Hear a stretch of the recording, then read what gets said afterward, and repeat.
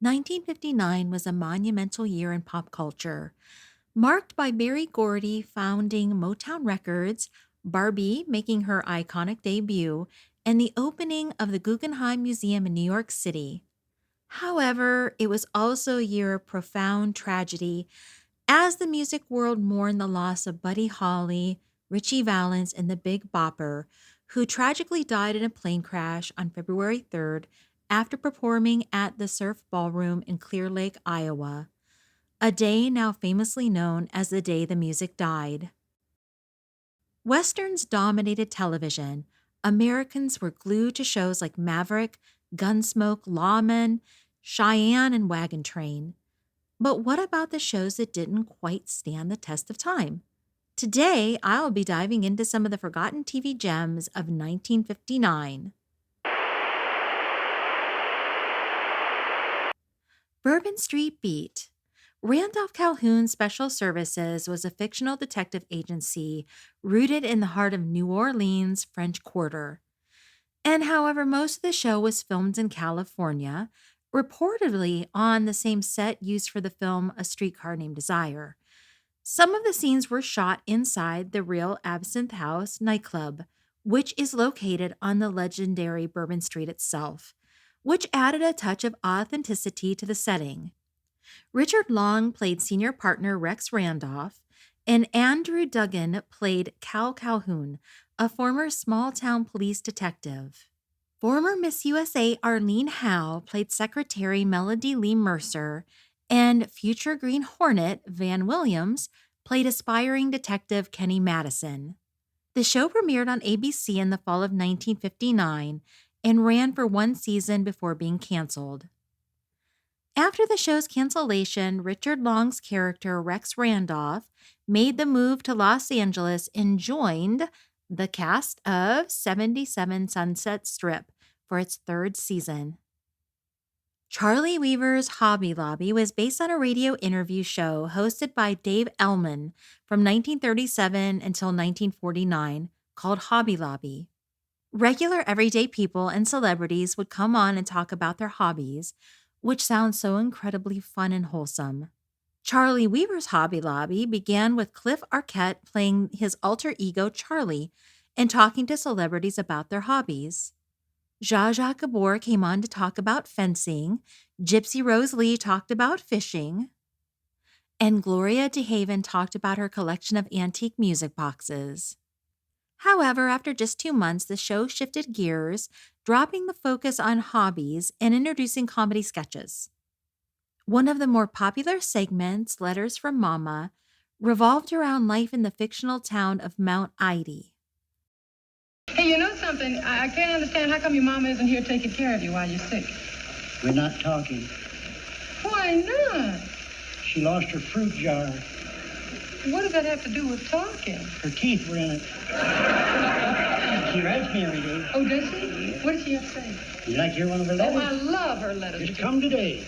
Oh, I'll read it. You eat your coffee. All right. I have to?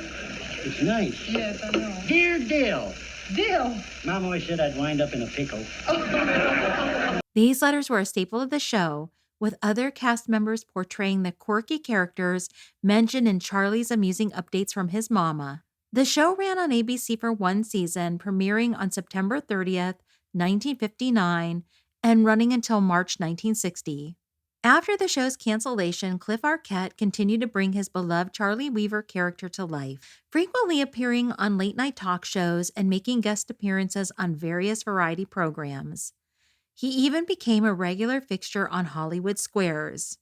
Arquette's contributions to entertainment was recognized with a Hollywood Walk of Fame star specifically for his impact on radio. Cliff Arquette passed away in 1974, but his acting legacy continued on in his grandchildren, Rosanna, Patricia, Alexis, and David Arquette.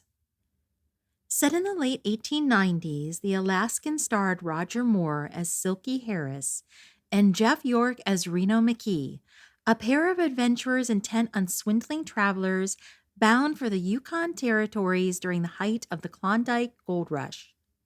Roger Moore later referred to the entire series as a disaster. Though set in Alaska, the show was actually filmed in California. The snow was a mixture of salt and gypsum, with airplane engines used to simulate blizzards, blasting the fake snow right into the actors' faces and regularly scratching their eyes. To make matters worse, the cast had to wear heavy winter coats and pretend they were freezing cold, all while filming under the sweltering California sun. It honestly does sound like a truly miserable experience. And then, adding to difficulties, Roger Moore fell in love with his beautiful co star, Dorothy Provine, who portrayed the pampered saloon entertainer Rocky Shaw on the show. And that certainly didn't sit well with Roger's wife. When the Writers Guild of America went on strike in 1960, the Alaskan began recycling scripts from the popular Western Maverick. In many cases, they reshot the same stories, simply changing the characters' names and settings to fit the new locale. The show was canceled in June of 1960 after airing only one season. Black Saddle starred Peter Breck as Clay Calhan, a former gunslinger who becomes a lawyer after the death of his brothers. Set in post-Civil War New Mexico, Clay rides across the New Mexico territory, helping those in need of legal aid. He is often trailed by U.S. Marshal Gibbs Scott, who is suspicious of Clay's newfound honorable ways. Russell Johnson portrayed Marshal Scott, whom many will recognize as the actor who later became famous for playing the professor on Gilligan's Island. The reviews weren't great. Variety said the script could not compete with the better westerns and called the pace slow. Black Saddle aired for 2 seasons, starting on NBC for its first season before being picked up by ABC for its second. And despite the network switch, the show was ultimately canceled after 44 episodes. This has been an ABC Television Network presentation. Dick Clark's World of Talent was a talent show that premiered on September 27, 1959, and aired on Sunday nights. Hosted by Dick Clark, the show featured comedian Jack E. Leonard as a permanent judge who, alongside 2 rotating celebrity guests, would watch performances by young artists and offer them professional advice. And that sounds familiar. It's a concept that feels strikingly similar to today's talent competitions, shows like America's Got Talent or American Idol. Unfortunately, Dick Clark's World of Talent was short-lived, running only 13 episodes before ending in December of 1959. John Cassavetes, who many might remember from films like The Dirty Dozen and Rosemary's Baby, stars as a title character in the NBC private detective series Johnny Staccato. In the show, Johnny Staccato is a jazz pianist who moonlights as a private detective to make ends meet. Set against the backdrop of a jazz club in Greenwich Village, the series blends crime drama with a lively jazz atmosphere. With a slew of guest stars and frequent musical performances, Johnny Staccato brought a unique flair to the world of television detective shows. However, Johnny Staccato only lasted for a single season, airing on NBC in the fall of 1959 and concluding the following spring.